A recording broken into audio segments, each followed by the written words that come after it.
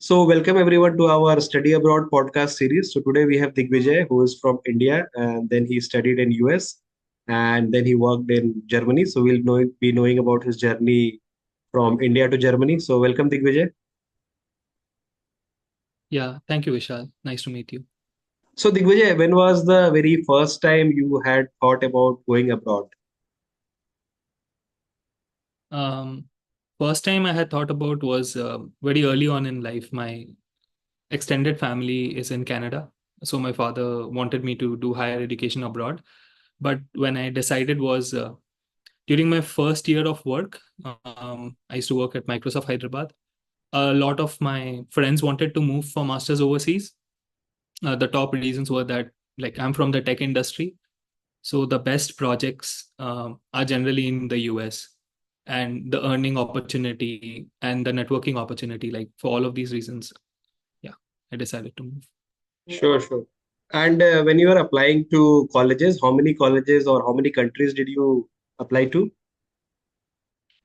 I applied to two countries, US and Canada. I applied to eight colleges. Seven of them were in the US, and then I applied to Waterloo in Canada. Okay, okay. And then how did you decide your final college out of these eight applications? Yeah, so I had a few admits. I decided UC San Diego because I think from the financial standpoint also it made the most sense. And I wanted to be in California. Weather was a big factor for me. Okay, okay, sure, sure, sure. And once you decided California and you had to go through the visa process, how was your visa process? Was it smooth? Any hiccups happened? No, the visa process was pretty smooth. I had my visa interview at the Hyderabad consulate.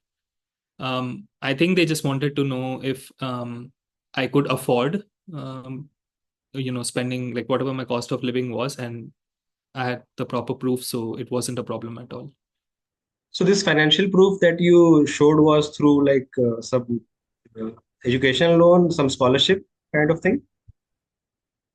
My parents were sponsoring me, so these were some financial documents of my parents, like tax returns and stuff.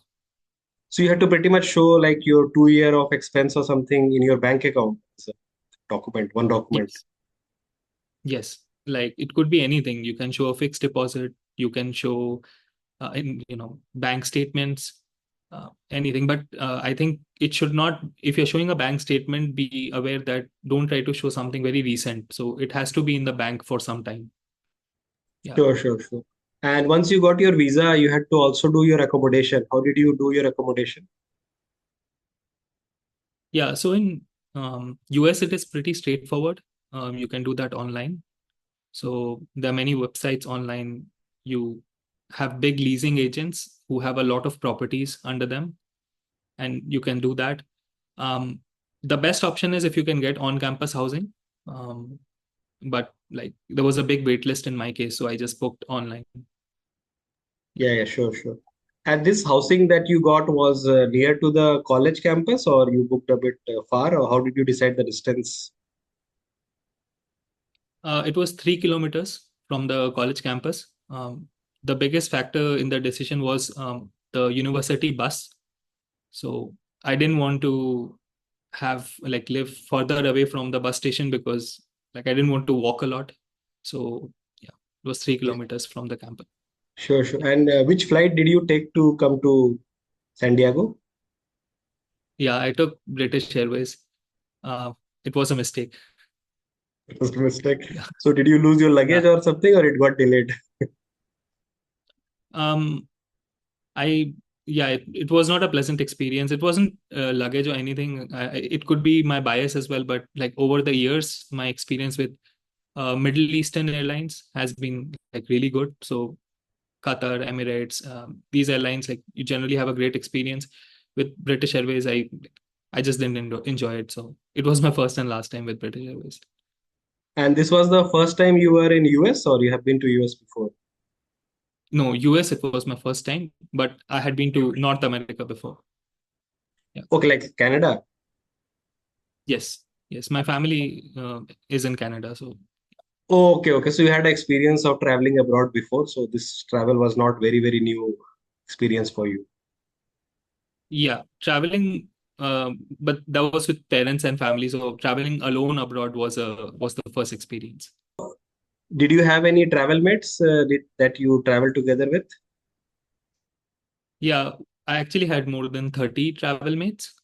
So the way it works is that once you get an admit, you should not worry about anything. Like once you get an admit, there are some WhatsApp groups that are formed for people, and also regional chapters. Like let's say you get into UCSD, so there will be like a UCSD Delhi group, Bangalore group, Hyderabad group, and then people have Excel sheets where they mention what flight they are taking and what date they are taking, and then you can choose. So generally, like people travel together, but you don't Sure. need to like. Yeah, yeah, I mean, if you have find buddies, or why not? I mean, then it's like, moral support, like getting stuck in the lift together and figuring out things. Yes. Yes. Sure, sure. And once you landed and you went to your accommodation, probably you had to do your cooking, cleaning, etc. by your own. How was that experience for you?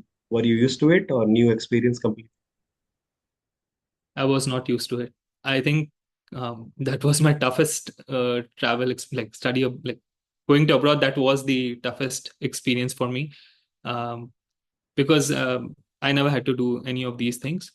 But I lived long, so now slowly you adapt to it. And I think my advice would be that just try to enjoy it. You know, so yeah, it is tough. Initially, it's tough for us. Sure, sure. So did you use a hack like cook once and eat 5, 10 times the whole week? My hacks were really unhealthy. It was protein bars and milk. So I made a mistake of eating ready to eat food when I moved. So there was this dal makhni from maki dal from frozen market, and I thought, oh, this is so cheap and so nice, and I used to eat that every day for a month, and then I got like stomach issues. Like my stomach used to growl even after eating because there's not enough nutrition there, right? So don't try those hacks, but like this one is a good one which you suggested. Like just cook once. Like you can have those masalas ready, and then kind of cook through the week. That I think is the best hack. Yeah. Sure, sure, sure. And after you started your college, you had seen the education system which was different. So I see that you are from Jadavpur and then you are University of California, San Diego. So how did you see the way people teach there, the education system, India versus US? Key differences according to you? Yeah. So the primary key difference was that um, in India, like whatever you had in the examination, a variation of that you already had practiced before. But in the US, something I experienced was that you could do your homeworks, assignments, anything, but there will be a twist in the final examination. And so you really need to understand in depth, if you want to do that. The other difference with Jadavpur was that Jadavpur was absolute ranking. So, if like your performance is not relative to others, but in at UCSD, since it's a relative performance, I think it's slightly more competitive.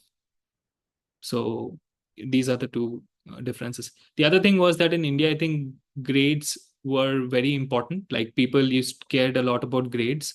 So and we didn't have electives a lot, like a lot of electives at Jadavpur.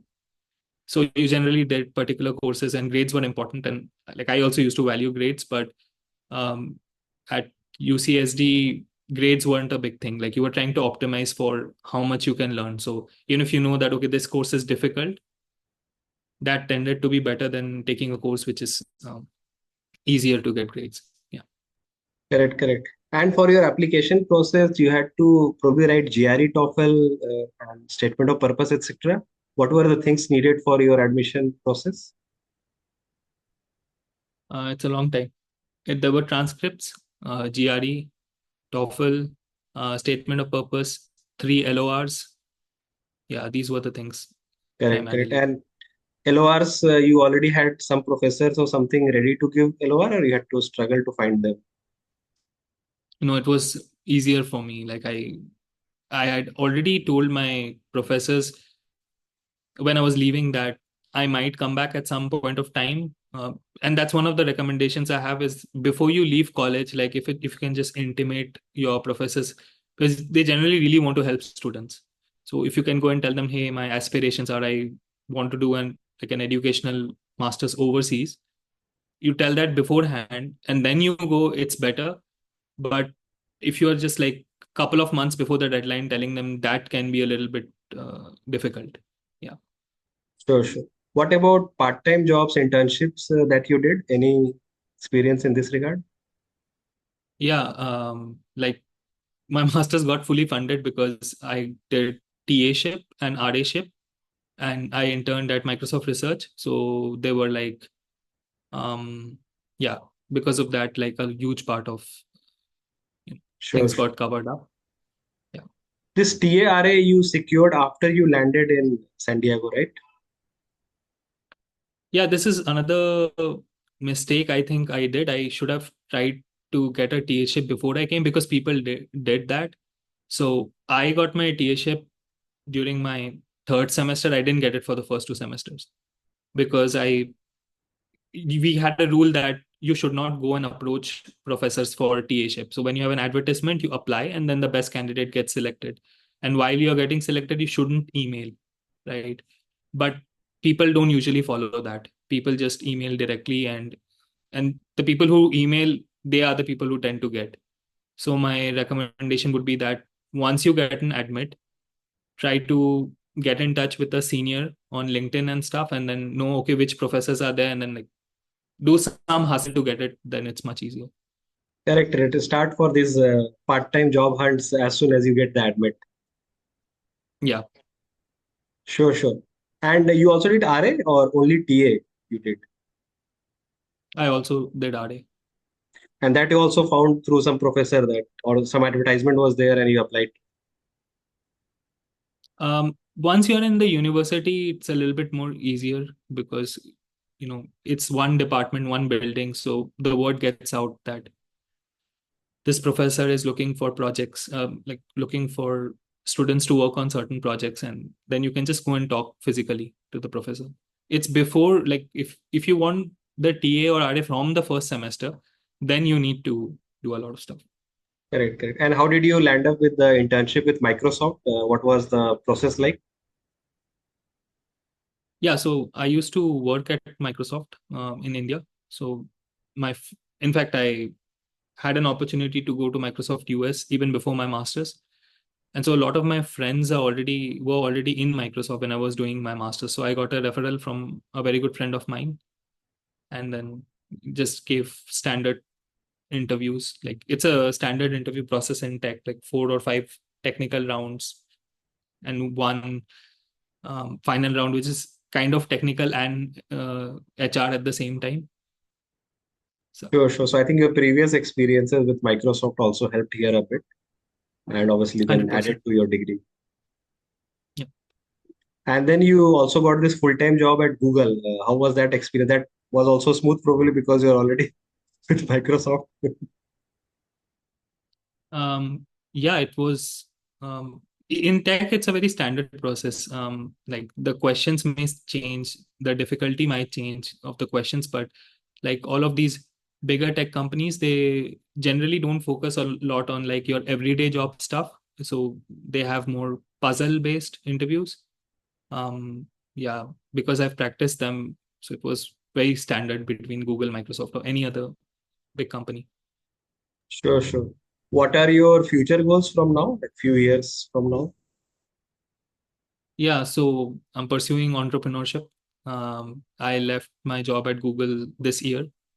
Always wanted to be an entrepreneur. So my future goals are to go through this journey and learn along the way Sure, and sure, sure. succeed. Yes, coming to the very last question, what advice would you give to younger yourself or the people who are like you, 5, 10 years younger than you, who are aspiring to study abroad? Yeah, I think the single one big advice which I would give to myself and which I would give to everyone is just enjoy rejection and resilience. I think that's the only metric. Like if you're good at taking rejections, then there is just no way you will not succeed in life.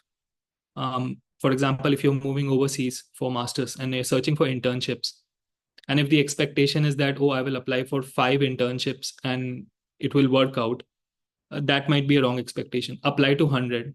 And even on your 98th rejection, you should be up with like full energy that, no, I'm going to do more. So I think that's the single biggest advice. Like, no matter what happens, just wake up in the morning and just go at it again.